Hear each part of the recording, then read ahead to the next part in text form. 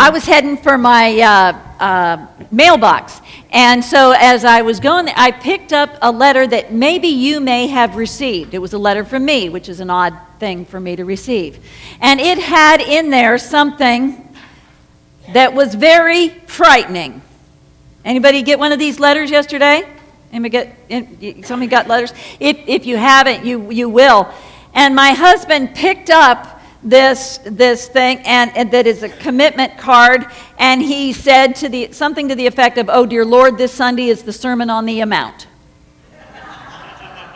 And it struck fear into his heart. All right?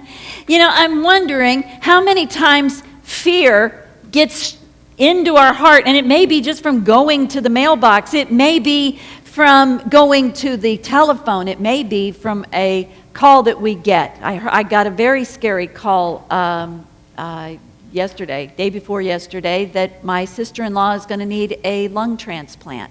All of a sudden, things are going well, and then boom, your heart falls out from where it's supposed to be and ends up in your throat somewhere, and your world starts to collide, and you start getting afraid.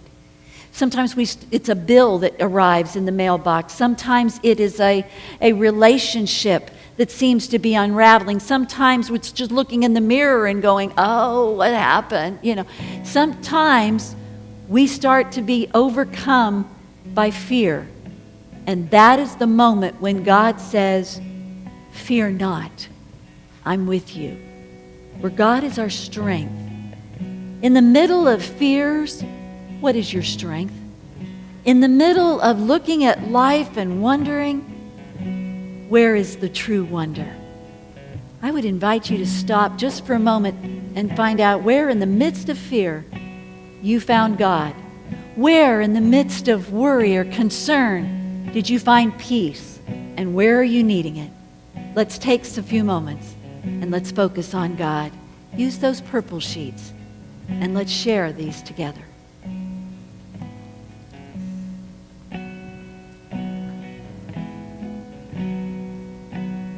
Okay, you ready for the story? All right, here we are. Let's set the scene. We got the Philistines on this hill over here, and we have the Israelite army on this hill, and there's a valley in between them. What happened next? Into the open, Goliath from Gath. He had a bronze helmet on his head and was dressed in armor, 126 pounds of it. He wore bronze shin guards and carried a bronze sword. His spear was like a fence rail. The tip nearly weighed 15 pounds. His shield bearer walked ahead of him. Goliath stood there and called out to the Israelite troops, "Why bother using your whole army? Am I not Philistine enough for you? And you're all committed to Saul, aren't you? So pick your best fighter and pit him against me.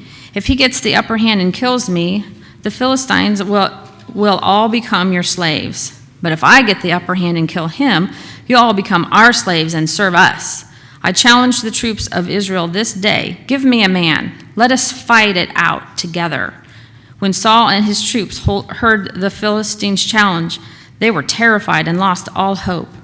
Each morning and every evening for 40 days, Goliath took his stand and made his speech. And then enter David, okay? David is the youngest son of Jesse of Bethlehem.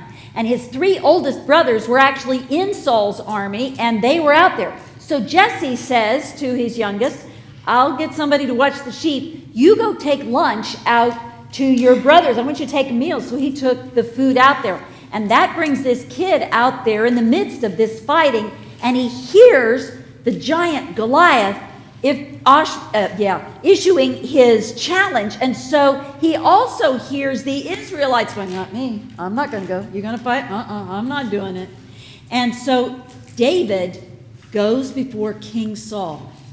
And he says, "Master, don't give up hope. I'm ready to go and fight this Philistine."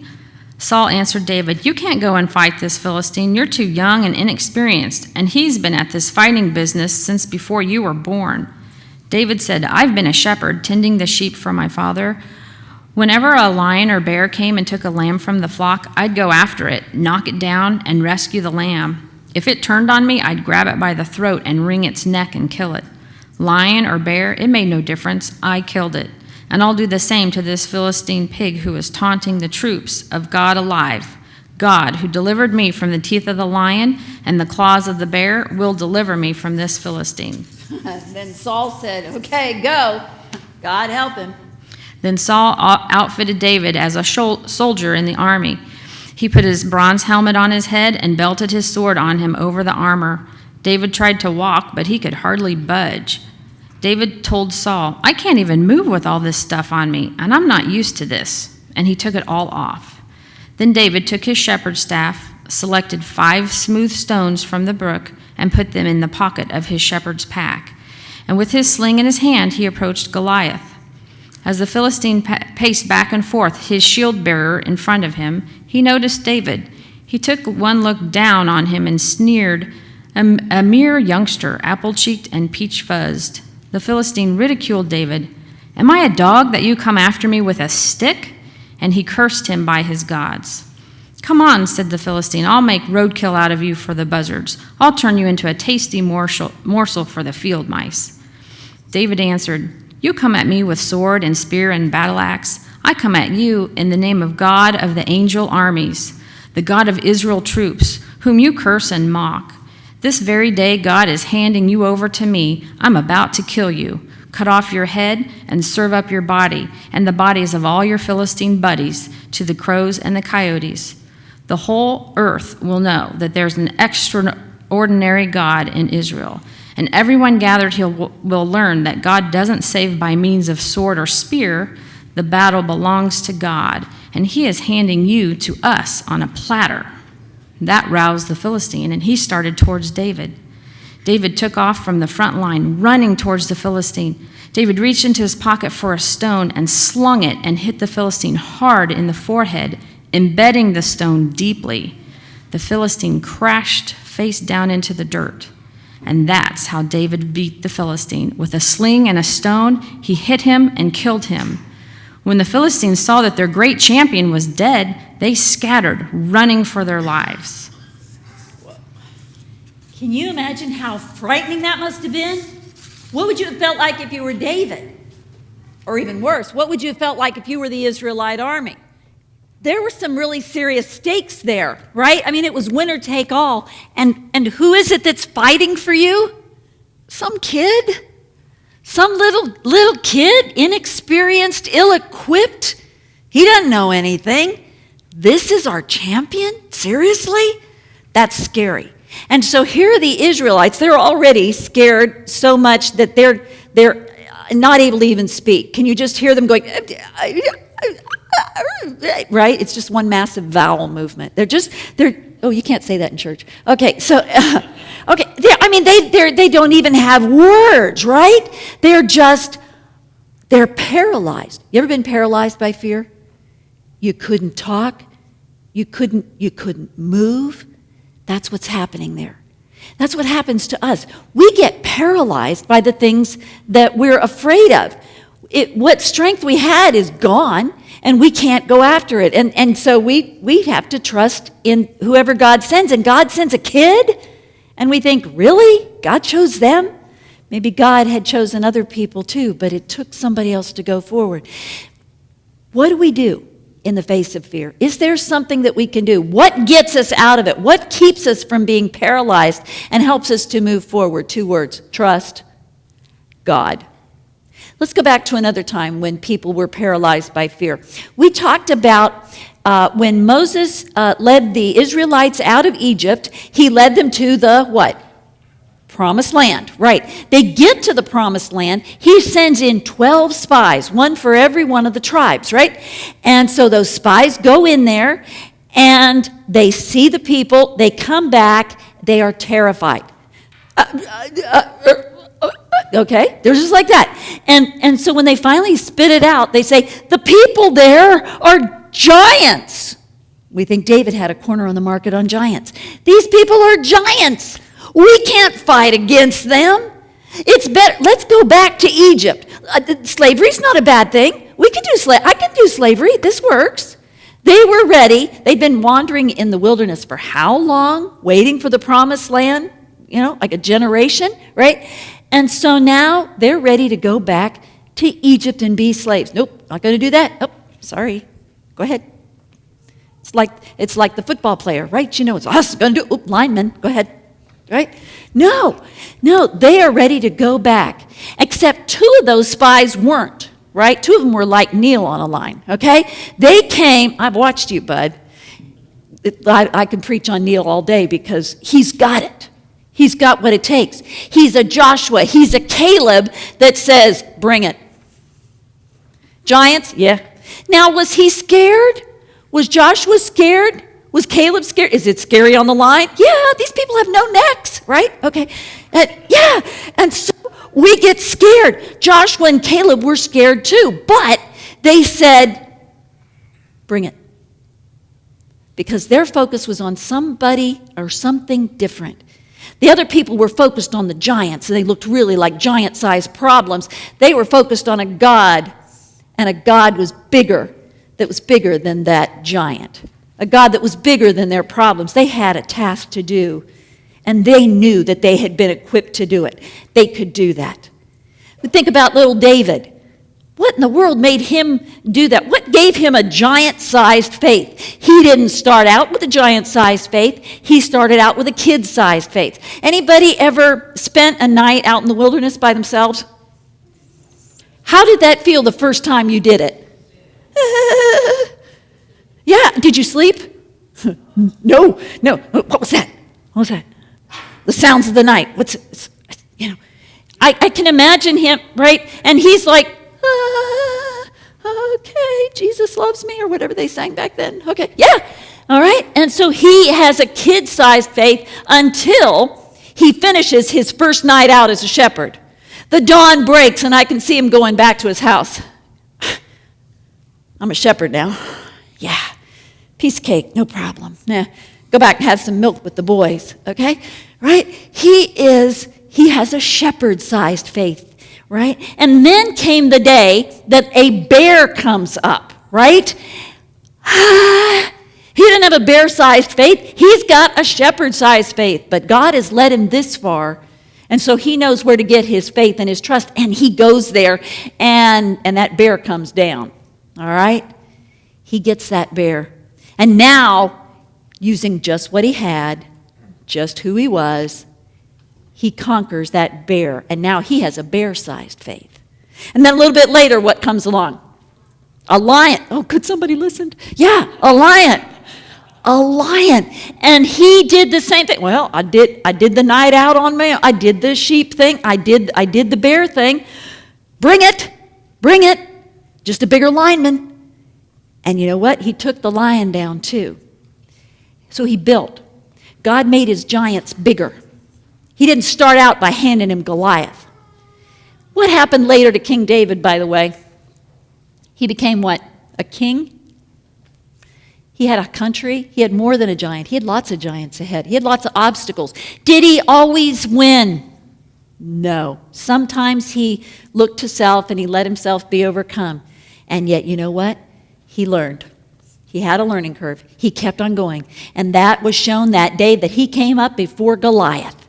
And he said, I'm going to come up before you just like I did before the lion and before the bear, with what I am and what I have. I probably wouldn't have chosen me either. When I answered God's call to the ministry, I definitely said I would not have chosen me. When God called me, and it was a very, very clear call, you know what my answer was? Not real proud of it. I can't. And you know what the message came back to me absolutely crystal clear? Not can you, will you? Well, then I had a choice to make. Was I going to do it or not? And that's what David did. He did. He went forward. He said, I'm going to do that. So we know what his giant looked like. We know what our giants look like too, don't we? If I asked you right now to say, what's the giant or giants in your life, I bet you could name them. How could you miss them? They're right up here. It seems like that's all we can see, or what are the obstacles? What are the challenges in our life? Maybe it's a failing marriage. Maybe it's a failing memory. Maybe it's failing health. Maybe it's, I don't feel equipped for the task. Maybe it's the bills that are coming in. Maybe it is that phone call that we don't want to receive. Maybe it's all of the above. And we are overwhelmed by our giants. How about as a church? If we're feeling that individually, what about when we gather as the community of faith? Guess what? As a community, we have a bunch of giants too. Did you take a look at that budget request sheet back there that's in the hall there? What we did was all the different ministry areas got together and said, we feel God is calling us here, and this is what it's going to take for us to do it. All righty, we're ready to move out. Okay. And you look at that and you go, whoa, in your dreams. How are we going to do that? I can't do that. Really? Then your eyes are on the giant instead of on the God. How about the ministry fair? I'm hoping that you guys can all go to this after the church service today and go in there, and as you eat your way through it, all right, and there are lots of food out there, as you eat your way around that and you get fed and filled, I want you to be awestruck by the gigantic enormitude of what God has done, is doing, and will be doing through us. Here, us. We little shepherd kids in Hayesville, America? Really? Yeah. Here's what God has done. Here's what God is going to do. Wow. Those are our giants that we face. And we can face them the same way that David did. We can face them the same way that Joshua and Caleb did. We come from a line of giant killers, guys.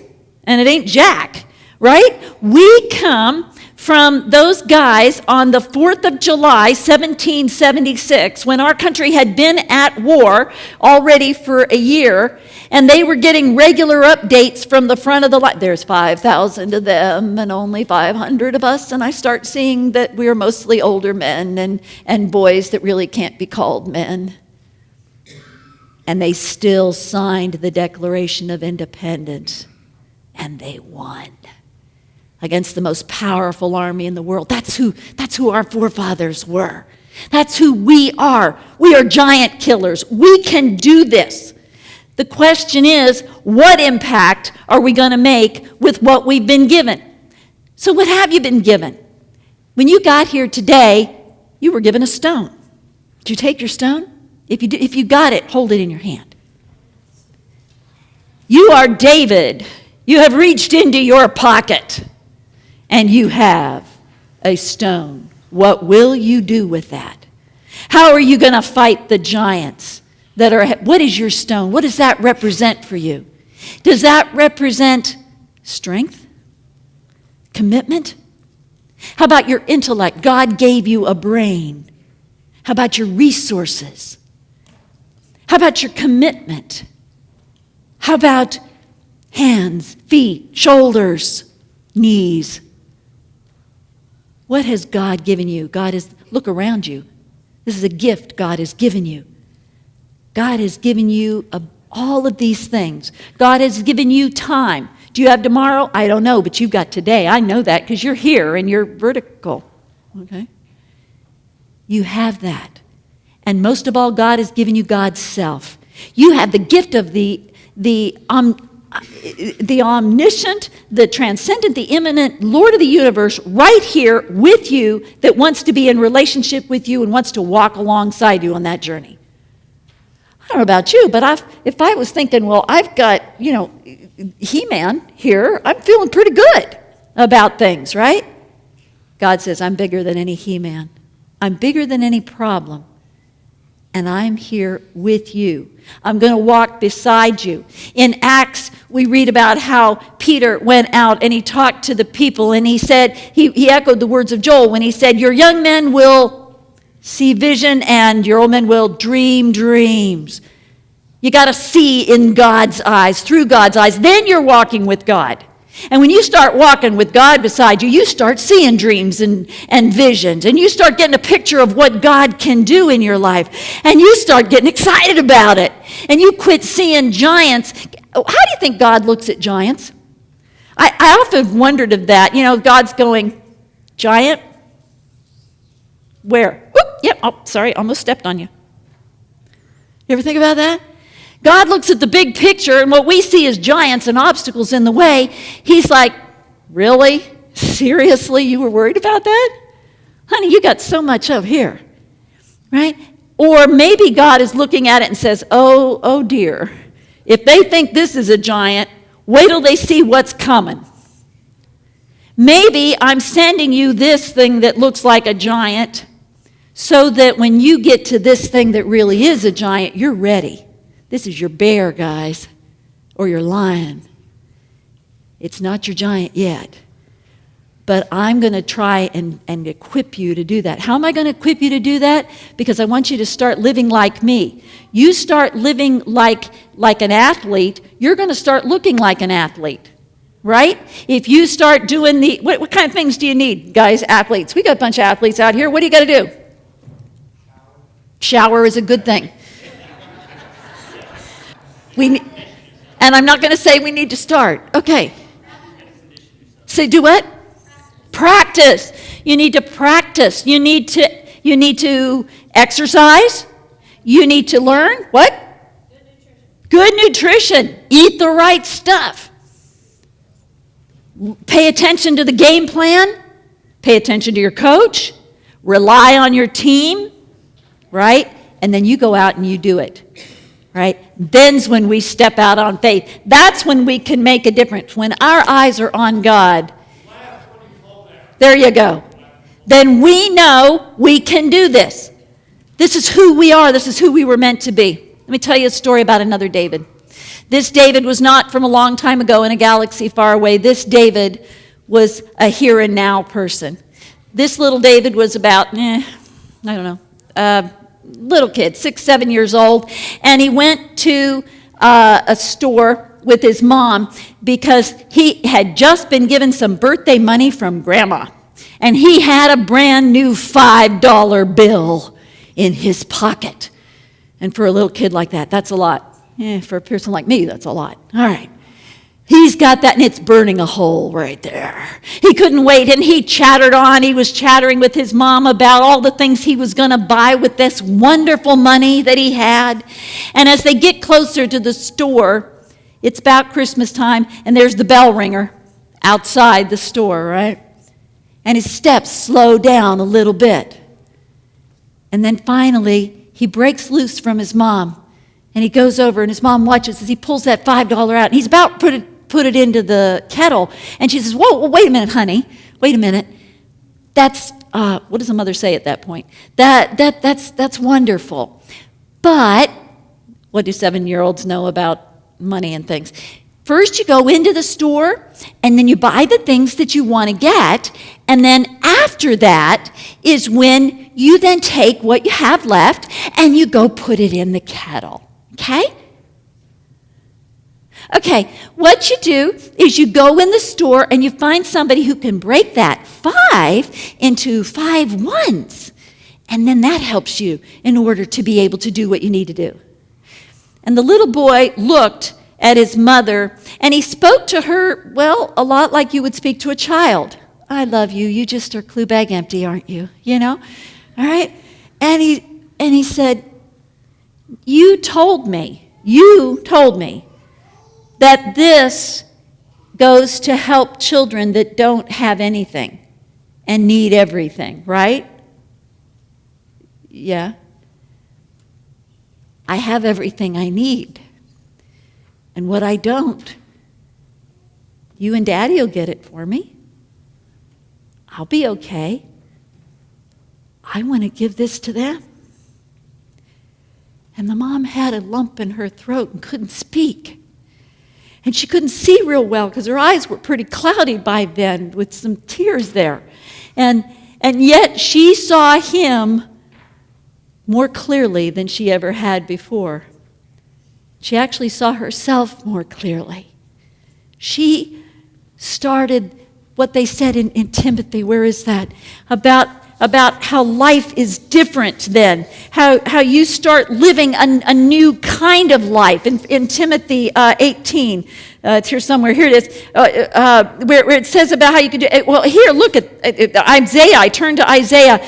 God tells us, don't fear, I'm with you, do not be afraid, I am your God, I will strengthen you, I will help you, I will uphold you with my victorious right hand. God says, put me to the test, because in Philippians 4, it reminds us that I can do all things through Christ who strengthens me, right? Here it is, 1 Timothy 6, 18 to 19 says, do good, be rich in good works, generous and ready to share, that they may take hold of life, a life that really is life. Wouldn't it be awesome if we could really start living a life that really is the kind of life God wants us to do? Wouldn't that be amazing? Wouldn't it be amazing if the best weren't behind us? Oh, it was so good that we did that. But the best was still yet to come. We don't know what giants are ahead. And we don't know the blessings that are ahead either. But I'm ready to go and face it. Right now, the church has a giant. Right now, our church's giant has to do with, how are we going to do this? Where are our stones? What has God given? What is God giving to equip us to do what God needs? I want you to think of those yellow sheets like a stone that God has given you. And so I'm going to invite you to take that, the way that God has equipped you. And if you got one in the mail and you brought it with you, great. If you forgot it, that's fine. There are more in the pews. And frankly, if you're not willing to do that right now and come and face this Goliath today, that's okay. Because I really don't want anybody just walking forward because they felt embarrassed because they weren't walking forward for whatever reason. You can stay there. We'll be doing this next week. But if you're ready, and if you're ready to fight that giant, and you say, I've got 5 stones, and this is part of my stones. This is what God has given me. And I want to go with my church family, and I'm going to do this together. Then I'm going to come forward, and I'm going to bring that. And when you do that, I want to give you something. Your church wants to give you a gift, because we need to keep God with us. And so we've got the Gospel of John, and you can keep it in your pocket. It's a list, basically, of God's love and a reminder that your God is with you no matter what. When you face giants, you don't have to do it alone, ever. We are in this together. So I invite you to do that. But first, individually, I'm not going to lead it. I invite you to pray. Go to the Lord and see what God wants you to do. And then as you feel led, I would invite you to come and to offer that gift at the altar. Come as you will.